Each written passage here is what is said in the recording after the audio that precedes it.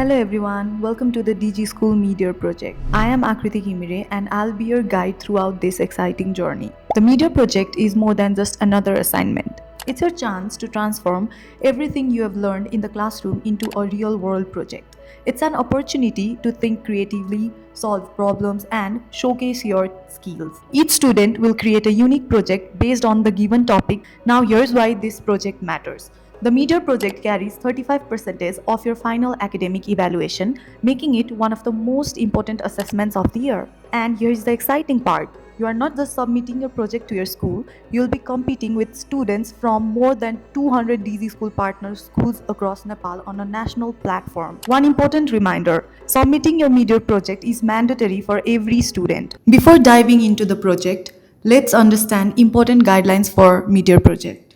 यो guidelines follow गर्नुभयो भने तपाईको प्रोजेक्ट राम्रो मात्र होइन इभ्यालुएसन क्राइटेरिया अनुसार पनि स्ट्रङ हुनेछ त्यसैले सबैभन्दा पहिले के गर्नु हुँदैन भन्ने कुरा बुझौँ प्लेजरिजम इज स्ट्रिक्टली प्रोहिबिटेड स्कुलवर्क्स प्रोमा प्रत्येक प्रोजेक्टको प्लेजरिजम चेक हुन्छ इन्टरनेट एआई क्लासमेट्स वा कुनै पनि सोर्सबाट डाइरेक्ट कपी गरेको प्रोजेक्ट रिजेक्ट वा डिस्क्वालिफाई हुन सक्छ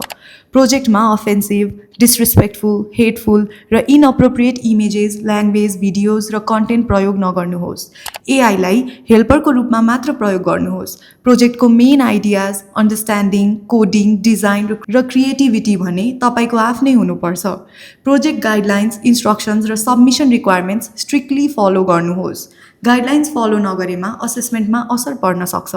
पर्मिसन बिना पर्सनल कन्फिडेन्सियल र सेन्सिटिभ इन्फर्मेसन जस्तै phone number passwords personal data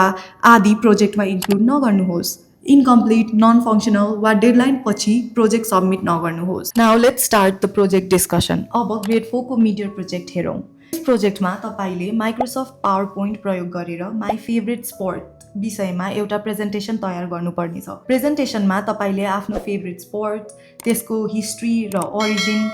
किन त्यो स्पोर्ट मनपर्छ फेमस प्लेयर वा टिम त्यससँग सम्बन्धित कुल फ्याक्ट वा रेकर्ड र यो स्पोर्ट खेल्दा हुने बेनिफिट समावेश गर्नुपर्नेछ फुल मार्क्स प्राप्त गर्न के कुरामा ध्यान दिनुपर्छ हेरौँ सबैभन्दा पहिले कम्तीमा 7 वटा स्लाइड तयार गर्नुहोस् प्रेजेन्टेसन टाइटल स्लाइडबाट सुरु भएर थ्याङ्क यू स्लाइडमा समाप्त हुनुपर्छ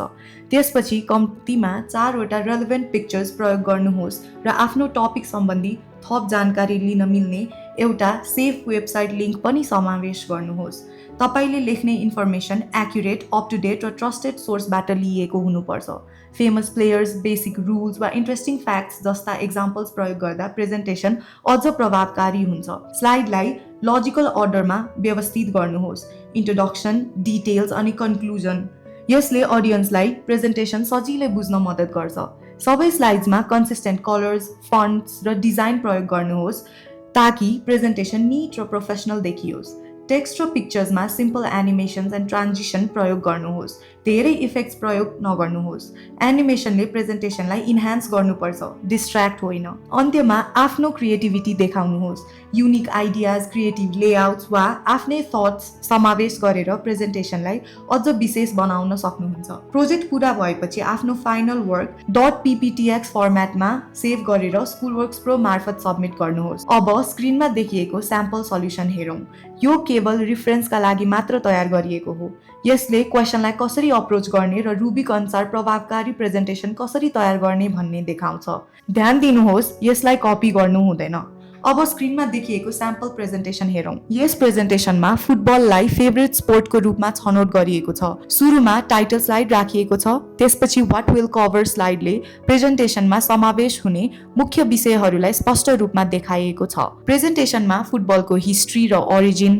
why I love football famous players cool records र हेल्थ बेनिफिट्स क्रमबद्ध रूपमा प्रस्तुत गरिएको छ यसले अडियन्सलाई प्रेजेन्टेसन सजिलै फलो गर्न मद्दत गर्छ साथै प्रेजेन्टेसनमा relevant images consistent colours fonts simple animations र वेल अर्गनाइज लेआउट प्रयोग गरिएको छ जसले यसलाई अझ अट्र्याक्टिभ र प्रोफेसनल बनाइएको छ रिमेम्बर यो स्याम्पल सल्युसन केवल रिफरेन्सका लागि मात्र हो त्यसैले फुटबल नै छान्नुपर्छ भन्ने छैन तपाईँलाई मनपर्ने कुनै पनि स्पोर्ट छानेर आफ्नै रिसर्च क्रिएटिभिटी र प्रेजेन्टेसन स्किल्स प्रयोग गरी एउटा ओरिजिनल प्रेजेन्टेसन तयार गर्नुहोस् थ्याङ्क यू